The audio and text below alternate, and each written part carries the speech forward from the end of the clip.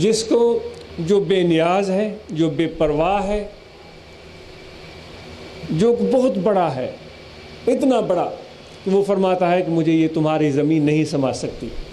اتنا بڑا ہے میرا رب کہ وہ فرماتا ہے کہ یہ آسمان جس کے کنارے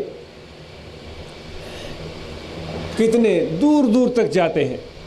اس کی وسعت کا ہم اندازہ نہیں کر سکتے، وہ فرماتا ہے یہ آسمان بھی میری وسعت کے لیے ناکافی ہے، اتنا بڑا۔ وہ فرماتا ہے عرش بھی میرے لیے ناکافی ہے، کرسی جو آسمانوں سے، زمینوں سے، عرش سے بھی بڑی، اللہ تعالیٰ فرماتا ہے وہ بھی میرے لیے ناکافی ہے۔ اتنا بڑا ہمارا رب، اتنی بڑی اس کی رحمتیں،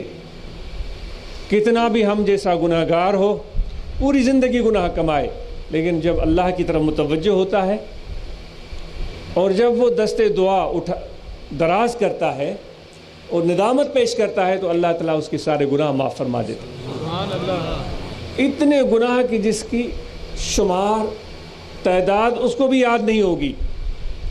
پوری زندگی کے گناہ ہم کیا یاد کریں گے، ہمیں تو اپنے ایک دن کے گناہ یاد نہیں ہوتے، اور اس قدر ہم گرے پڑے ہیں اور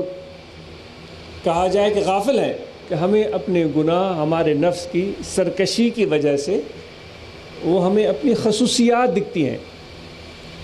وہ ہم اپنا شان سمجھتے ہیں۔ کیا ایسا نہیں ہے کہ آج ہم میں سے لوگ جھوٹ بول کر فخر کرتے ہیں کہ میں بڑا ہوشیار ہوں؟ ہم میں سے لوگ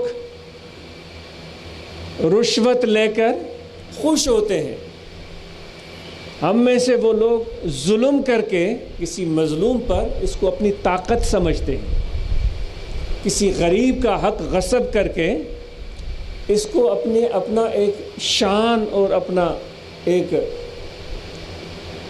تب و تاب، عظمت، مقام بتاتے ہیں۔ تو اتنی اس قدر اس خراب ماحول میں ہم پوری زندگی کے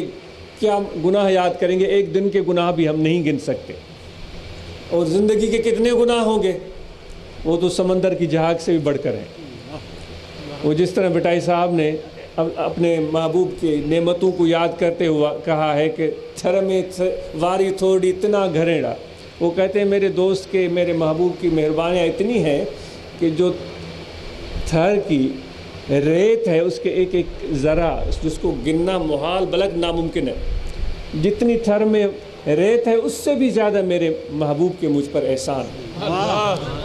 تو ہمارے گناہ، وہ تو احسان اپنے رب کے یاد کر رہا ہے، اس اللہ کے احسان اتنے زیادہ ہیں تو ہمارے گناہ بھی اس تھر کی ریت سے بڑھ کر ہے۔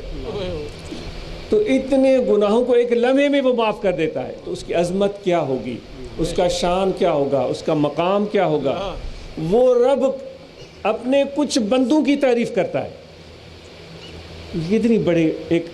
غیر معمولی بات ہے۔ اگر آپ اور ہم بھی چاہتے ہیں کہ اس پروردگار کی بارگاہ میں ہمیں یاد کیا جائے اور وہ کہہ دے کہ فلاں میرا بندہ، اس سے میں محبت کرتا ہوں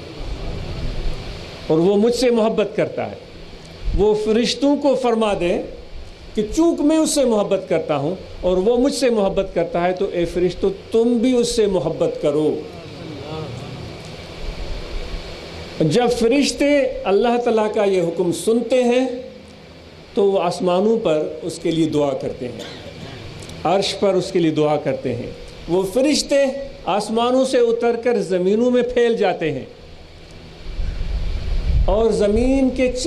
چاروں کونوں میں پھیل جاتے ہیں، اور ہر جگہ، ہر مخلوق تک یہ پیغام پہنچاتے ہیں کہ فلاں بندہ، فلاں ابن فلاں، وہ اللہ سے پیار کرتا ہے، اللہ تعالیٰ اس سے پیار کرتا ہے۔ اے انسان، اے جن،